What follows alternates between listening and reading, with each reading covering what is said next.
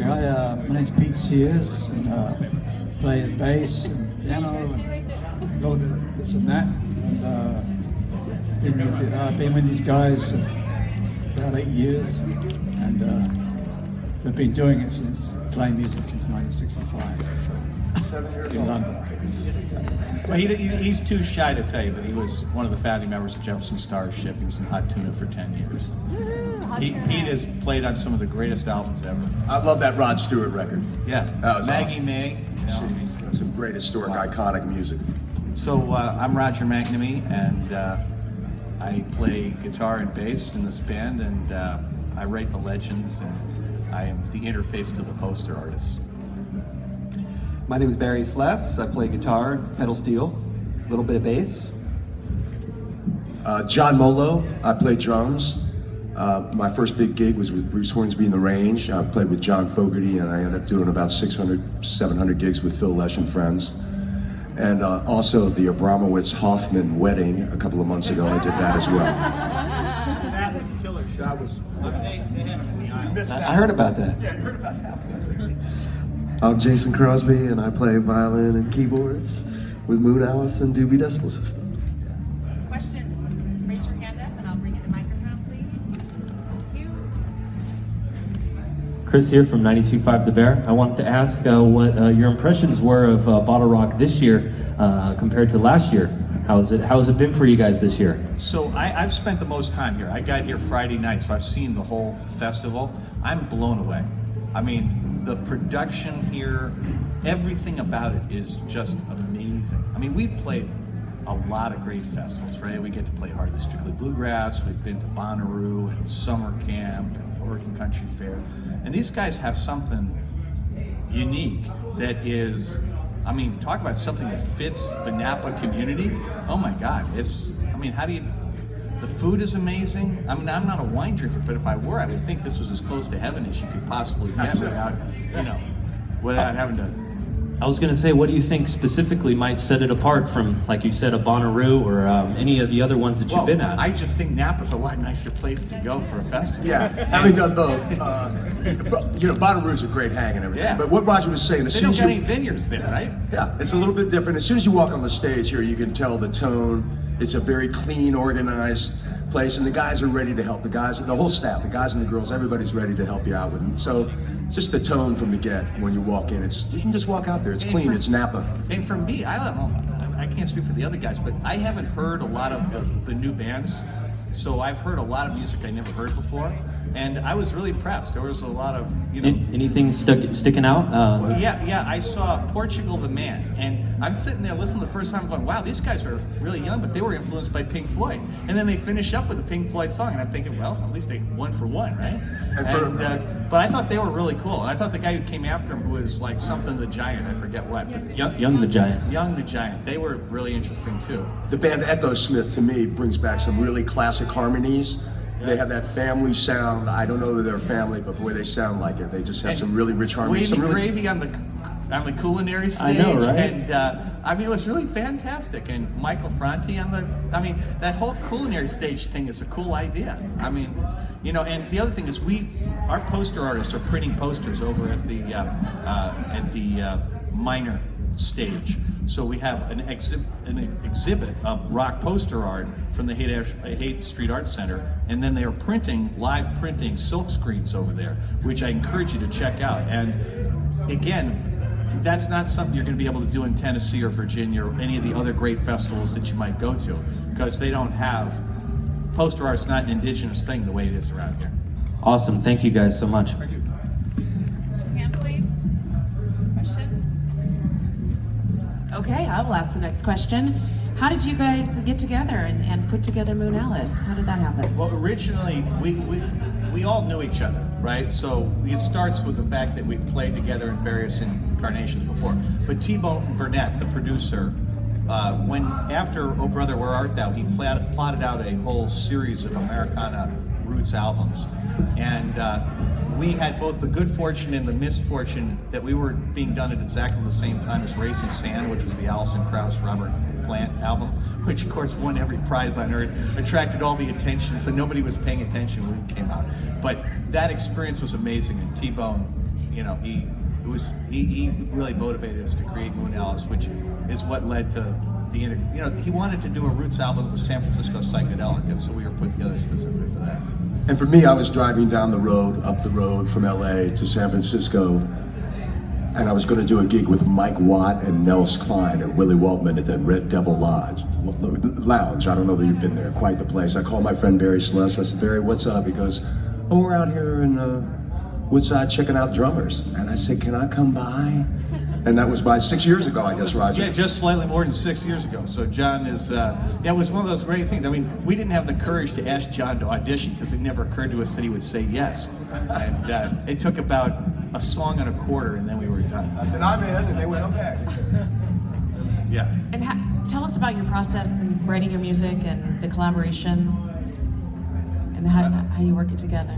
Well, we don't. That's the You key don't? thing. No, absolutely not. We don't. I hardly. You don't work together I at don't all. talk to these people. Until the song comes in, I mean, we want to make it sound great, but Yeah. a lot of times Roger or Pete will bring, or Barry will bring in something that's pretty close. They may be uncertain, Right. and see how we play it. And we try to play it the best we can. Right. And then that's when the collaborative process really starts. I think like some bands, you know, you write the song and you have a real idea in mind, ideas about how this should sound and this should sound. It's kind of micromanaging the song.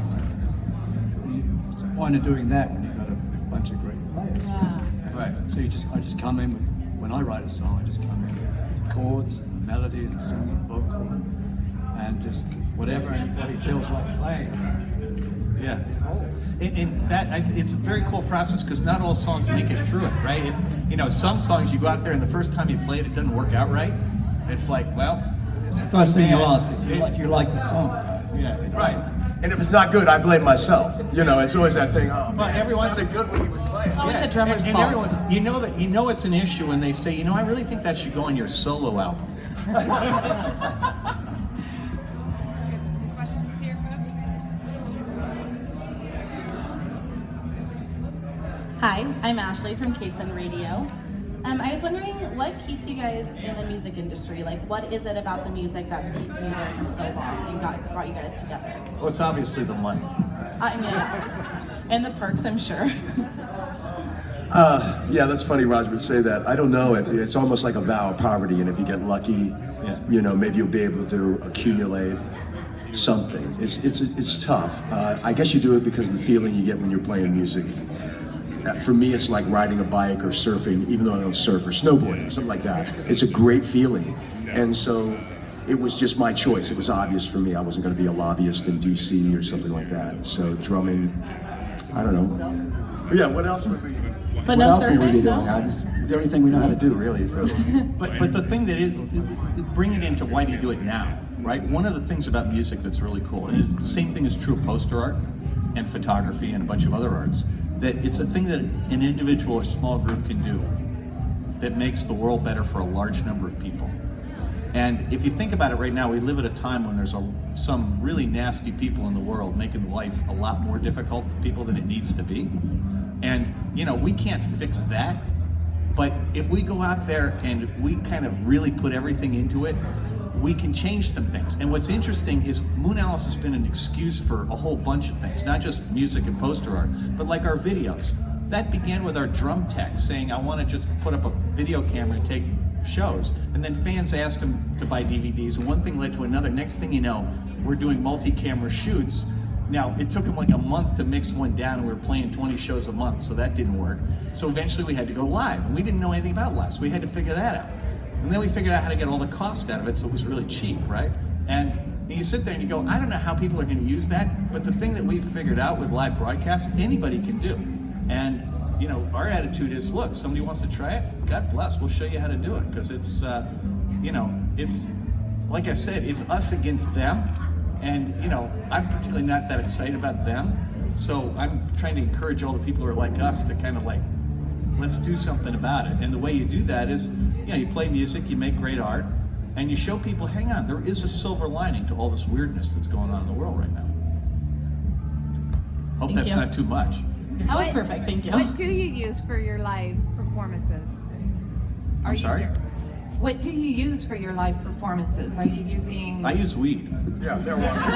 No, I mean to videotape. I mean, how are you? Oh no, we getting don't the do video. So here's the cool thing. So we use prosumer digital cameras, okay, and we broadcast live. We mix it and broadcast it in real time. Well, And where are you broadcasting it? we use a satellite-based system that is a Ka band, which is a 2-foot dish, and we do that because that allows us to do real-time audio and video integration, so that both of them go out high def and stay high def. The problem with things like Ustream and Livestream is that they separate the video from the audio and it gets off track.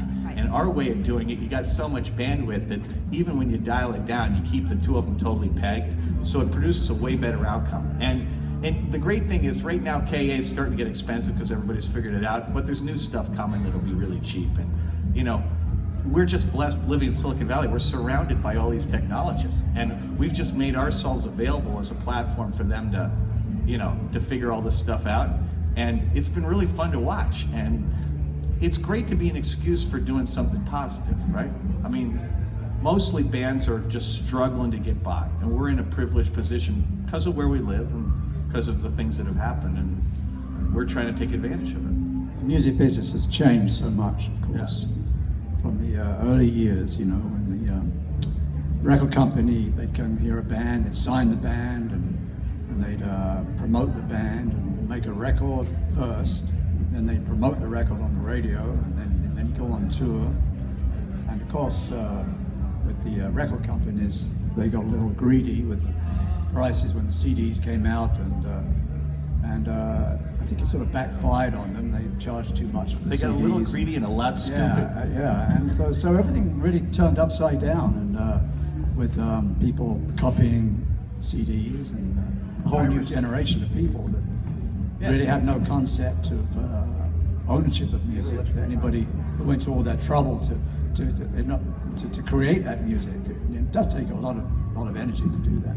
Yeah, you know. I was going to say too, Pete, along those lines now, for musicians back in the day, you know, you might be able to make a little money from albums, but not anymore. And as a result, I think that's why ticket prices are a little higher now. It's the only place, as Roger said, it's a hard road anyway. So that's the only way a lot of bands are able to make a buck. It's not quite as easy. Yeah, my theory on this is that rock and roll is going the way of classical music and ballet and opera, which is eventually you're going to have not-for-profit things running the venues where people who want music to happen will support the place in order to ensure that there's, you know, the same way every town has a symphony and all that, you know, it'll have the equivalent of the Fillmore, supported the same way, because musicians right now are back to troubadour model. I mean, it's one thing if you're Robert Plant or you're U2 or Paul McCartney, but for everybody else, I mean, that's just not the way it works anymore, right? And so figuring that all out is one of the things we're trying to help with. And, you know, maybe we'll be successful, but if we're not, somebody else will, right? Thank you so much, Moonalice. May we get some photos of you right over here? Absolutely. Okay, we have American authors on in just